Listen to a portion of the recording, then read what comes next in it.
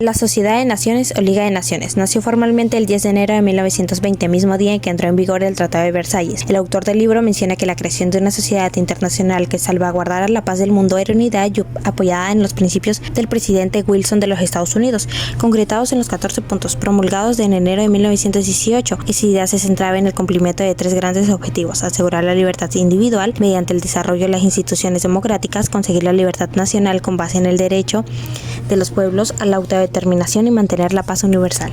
Después de algunos problemas iniciales, la Liga pareció funcionar exitosamente. Durante la década del 1920 resolvieron las disputas internacionales de poca importancia y tuvo logros económicos y sociales importantes, como la repartición de prisioneros de guerra y la atención de los refugiados, el mantenimiento en el ámbito mundial de condiciones equitativas y humanas para las clases trabajadoras. La Liga tenía dos objetivos principales: mantener la paz a través de la seguridad colectiva, por lo que si un estado atacaba a otro, los estados miembros de la Liga se conjuntarían para contener al agresor mediante sanciones económicas o militares, y fomentar la cooperación internacional para la resolución de problemas económicos y sociales.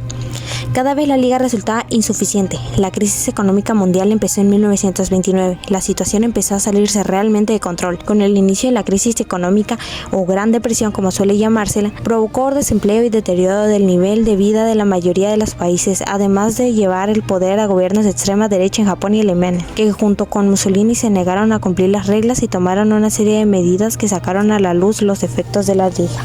El Tratado Braun-Kellogg. Se menciona por el autor que originalmente fue idea de Braun, quien propuso que Francia y los Estados Unidos firmaran un pacto de renuncia a la guerra. Frank Kellogg, secretario de Estado estadounidense, sugirió que todo el mundo debía participar. Finalmente firmaron 65 estados que acordaron renunciar a la guerra como instrumento de política nacional. Sonaba impresionante, pero fue totalmente inútil, porque no se hacía mención de sanciones en contra del país que no cumpliera con su promesa. Japón firmó el pacto, pero no por ello dejó de hacerle la guerra a China apenas 3 años después.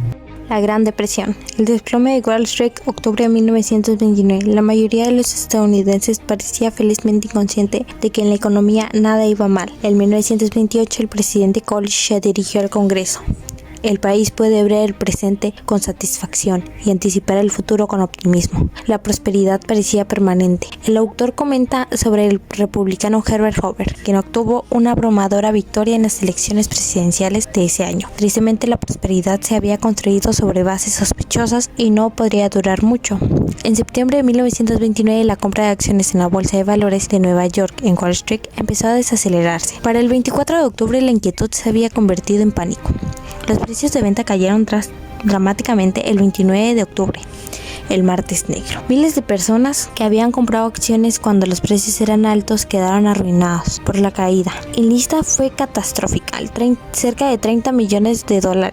Ese desastre siempre será recordado como la caída de Wall Street. Sus efectos se difundieron rápidamente y tantas personas con problemas económicos apresuraron a retirar sus ahorros de los bancos, que miles tuvieron que cerrar. Al reducirse la demanda de productos, cerraron fábricas y el desempleo creció de manera alarmante. El gran auge se convirtió repentinamente en la Gran Depresión, que afectó rápidamente no solo a Estados Unidos, sino también a otros países. Por eso se le conoció como la crisis económica mundial. La caída Wall Street no provocó la depresión, solo fue un síntoma de un problema cuyas verdades causadas serán muchos más.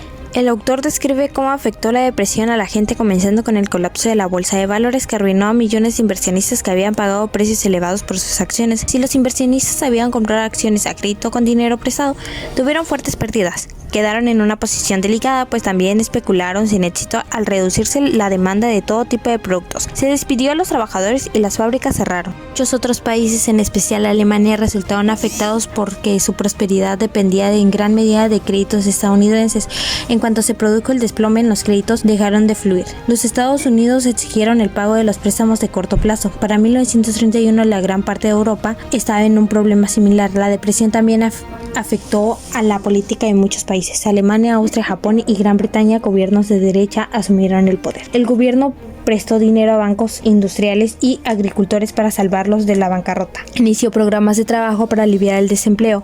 El autor menciona que en 1931 Hoover declaró una moneda monetaria de un año de endeudarse, es decir, que los gobiernos extranjeros podían dejar de hacer un pago de lo que debían a los Estados Unidos, con la esperanza de que utilizaran el dinero ahorrado para adquirir más productos estadounidenses, pero no sirvió de mucho. En 1932 las exportaciones equivalían a menos de la tercera parte del exportador en 1929. La Gran Depresión devastó la economía europea y tuvo graves repercusiones políticas. Debido a su economía más equilibrada, Francia no sintió los efectos de la depresión tan rápidamente como otros países europeos. Sin embargo, en 1931 incluso Francia experimentaba filas de personas desempleadas en los centros de comida gratuita. En 1932 Alemania tenía 6 millones de personas desempleadas, muchas de ellas vagando sin rumbo, pidiendo comida y buscando alojamiento en refugios para personas sin hogar. La Gran Depresión fue un importante factor en el ascenso del poder de Adolf Hitler y los nazis. Tanto la Sociedad de Naciones, el Tratado de Abraham-Kellogg y la Gran Depresión tuvieron una gran relación con las relaciones internacionales e influyeron bastante en esta misma, dando paso hacia nuevas oportunidades, nuevas relaciones entre países y tratados que ayudarán a que haya paz. Aunque para esto hubo una tardía respuesta, más adelante surgieron asociaciones para la causa.